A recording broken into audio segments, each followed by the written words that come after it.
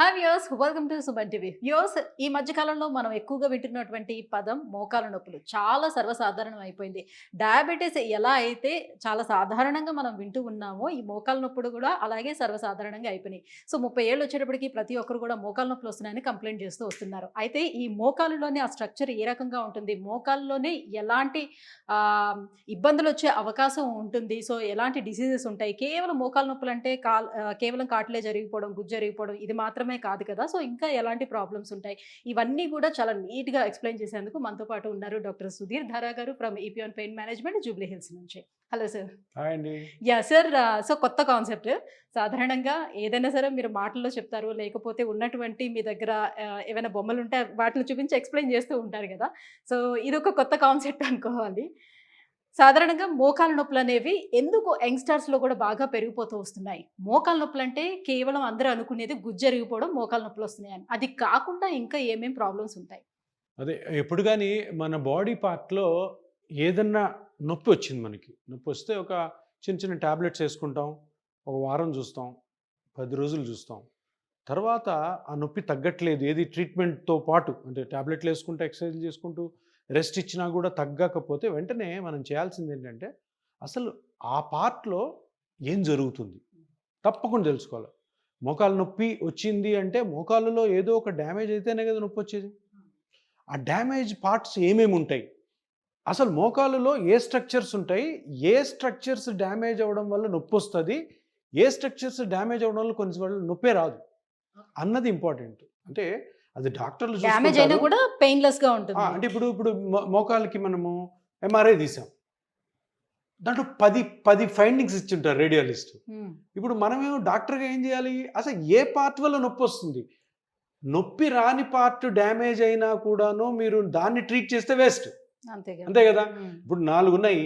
2 నొప్పి కలుగు చేసేవి, 2 నొప్పి కలుగు చేయనివి, 4 డ్యామేజ్ అయినాయి. మనము నొప్పి కలుగు చేసేవి ట్రీట్ ఆ చేయకుండా రెండిటికి వీటిని ట్రీట్ చేస్తే నొప్పి తగ్గదు. ఇట్లా చాలా జరుగుతున్నాయి. ఓకే. హ్మ్.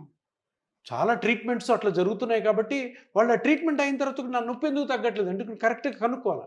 ఇప్పుడు హ్మ్. మనము మోకాలులో అసలు ఏం స్ట్రక్చర్స్ ఉంటాయి? మోకాలు బోలాబాలా జాయింట్ అంటాం. అంటే పెద్ద జాయింట్ హ్మ్. బట్ కాంప్లికేటెడ్ కాదు. ఓకే. స్ట్రక్చర్స్ అన్ని పెద్ద పెద్దగా ఉంటాయి.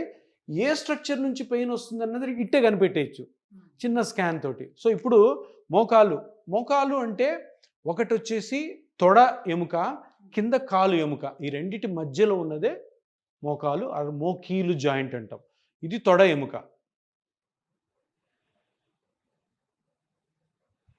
హ్మ్. ఇది థై బోన్ అంటాం. దీన్ని ఫీమర్ అంటాం.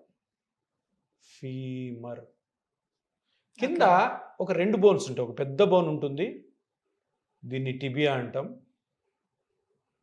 ఇంకోటి ఒక చిన్న బోన్ ఉంటుంది. సన్న బోన్. దీన్ని ఫిబులా అంటాం. దీన్ని టిబియా. ఇది ఫిబులా. ఓకే. సో ఇవి 2 కలిసి ఇలా ఈ ఉంటాయి. 3 ఓకే. కలిసి ఆ! యాహ్! ఫీమర్, తొడబోను, కాల్లో 2 ఉంటాయి. హ్మ్. Tibia and fibula. ఇది మధ్యలో ఉన్నదే జాయింట్.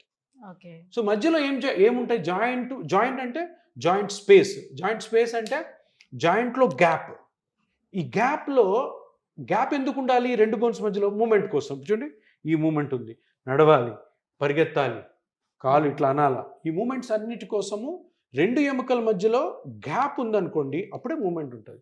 ఇప్పుడు ఈ మోకాలు అరిగిపోయింది అంటే ఏంటి అంటే, ఈ గ్యాప్‌లో ప్రాబ్లమ్. హ్మ్. ఈ 2 ఎముకల్లో ప్రాబ్లమ్ ఉండదు. హ్మ్. ఈ తొడ ఎముక, కాలు ఎముకలో ఎప్పుడు ప్రాబ్లమ్ ఉండదు. దీంట్లో ప్రాబ్లమ్ రావాలంటే ఈ బోన్స్ ఫ్రాక్చర్ అవ్వాలి. అదర్‌వైజ్ అవి అరగవు. వాటిలో ప్రాబ్లమ్ అవుద్ది. ఈ ప్రాబ్లమ్ మొత్తం వచ్చేది ఈ గ్యాప్‌లో. ఇక్కడ గ్యాప్ ఉంది చూసారా? ఇక్కడి నుంచి ఈ గ్యాప్‌లోనే ప్రాబ్లమ్ వస్తది. ఇదే మోకాలు అరుగుదల, మోకీలు ప్రాబ్లము, దానికి పెద్ద పెద్ద ట్రీట్మెంట్‌లు. సో ఇక్కడ ఏముంటాయి? అంటే ఈ గ్యాప్ అంటే ఓన్లీ ఖాళీ ప్లేస్ ఉంటదా? కాదు. ఈ గ్యాప్‌లోను బోను హార్డ్ పార్ట్ కదా! దీంట్లో మెత్తటి పదార్థాలు ఉంటాయి. Soft tissue. హ్మ్. దాంట్లో ముఖ్యమైనది కార్టిలేజ్. ఇలా ఉంటుంది. ఇలాగా ప్లస్ ఈ బోన్ మీద ఇలా ఉంటుంది. ఇది కుషన్. ఓకే. ఇదంతా కుషన్. సో ఈ కుషను కరెక్ట్‌గా ఉంటే హ్మ్.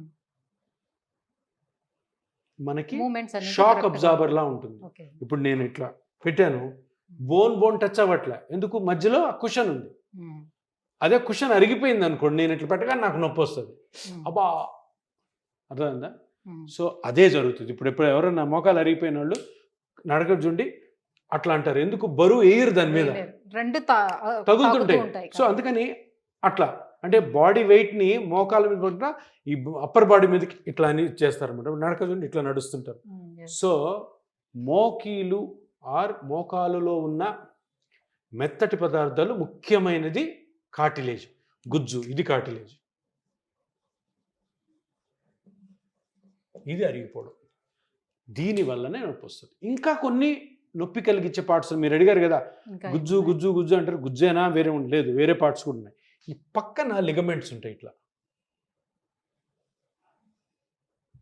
కొల్లేటరల్ లిగమెంట్స్ అంటారు. కొల్లేటరల్ లిగమెంట్స్, వీటి వల్ల కూడాను అప్పుడప్పుడు నొప్పి రావచ్చు. ఈ మధ్యలో మెనిస్కస్ అని ఉంటుంది. మెనిస్కస్ ఇది కూడా డ్యామేజ్ అవుతుందా? ఇది కూడా డ్యామేజ్ అవుతుంది. దీనివల్ల కూడా కొన్నిసార్లు పెయిన్ వచ్చే అవకాశం ఉంది. ఇది కాక ఇప్పుడు కార్టిలేజ్ చూసాం, కొలేటరల్ లిగమెంట్స్ చూసాం, మెనిస్కస్ చూసాం, మజిల్స్ ఉంటాయి, చాలా మజిల్స్ ఇట్లా ఇట్లా మొత్తం ఇవన్నీ మజిల్స్ ఉంటాయి. ఈ బోన్ చుట్టూ మజిల్స్ ఉంటాయి. ఈ థై చూసారు, ఇదంతా మజిల్స్. ఈ మజిల్స్ డ్యామేజ్ అయినా కూడా పెయిన్ వస్తుంది. సో ఇక్కడ నొప్పి వచ్చింది, మోకాల వల్ల నొప్పి కారణము కార్టిలేజ్, గుజ్జు అరిగిపోవడం అనుకోవద్దు. 90% గుజ్జు అరిగిపోవడమే.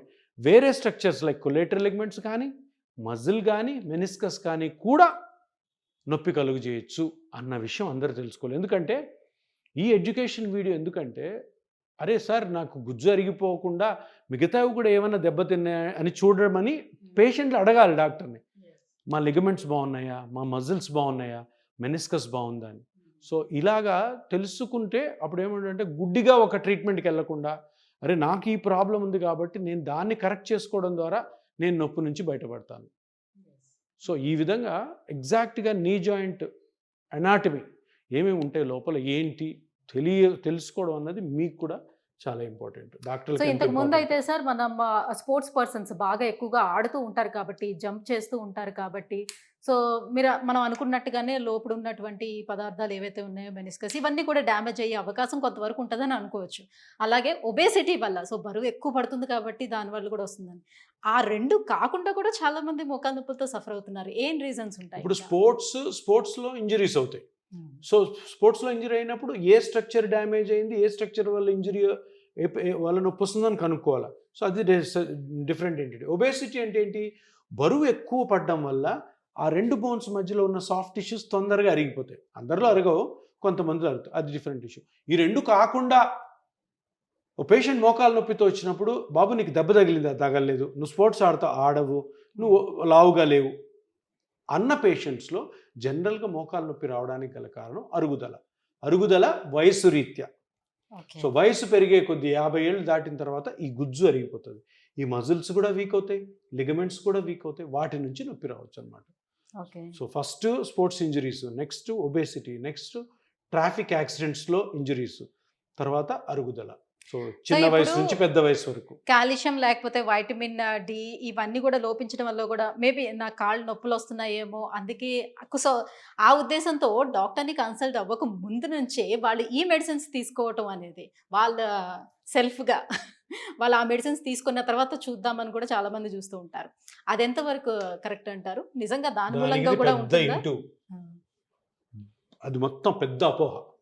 కాల్షియం ట్యాబ్లెట్లు, డి విటమిన్ ట్యాబ్లెట్లు ఇవన్నీ లోపించడం వల్ల మీకు నొప్పి వస్తుంది, ఆ ట్యాబ్లెట్లు వాడడము, ఇదంతా కూడా పెద్ద కమర్షియల్ యాక్టివిటీ.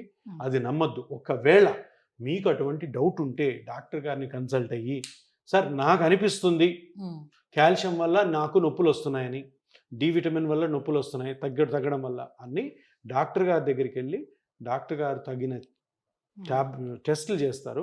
ఆ టెస్టులు తెలుసుకున్న తర్వాతనే ఆ ట్యాబ్లెట్లు వాడాలి. ఏదో షాపుల్లో దొరుకుతున్నాయని వాడద్దు. ఆ కాల్షియము, విటమిన్ డీలు ఎక్కువ అయిపోతే దానివల్ల టాక్సిసిటీ వస్తుంది, దానివల్ల ఇంకా వేరే ప్రాబ్లమ్స్ వస్తాయి. అందుకనే ఇది డాక్టర్ ప్రిస్క్రిప్షన్ లేకుండా కాల్షియం కానీ విటమిన్ డి కానీ వాడొద్దు. Right sir. Thank you so much. So మోకాళ్ళ నొప్పులకి కారణాలు అండ్ ఏ ప్రాబ్లమ్స్ ఉంటాయి యాక్చువల్లీ మోకాల్లోని అని ఇంత క్లియర్‌గా ఎక్స్‌ప్లెయిన్ చేసినందుకు థ్యాంక్ యూ సో మచ్.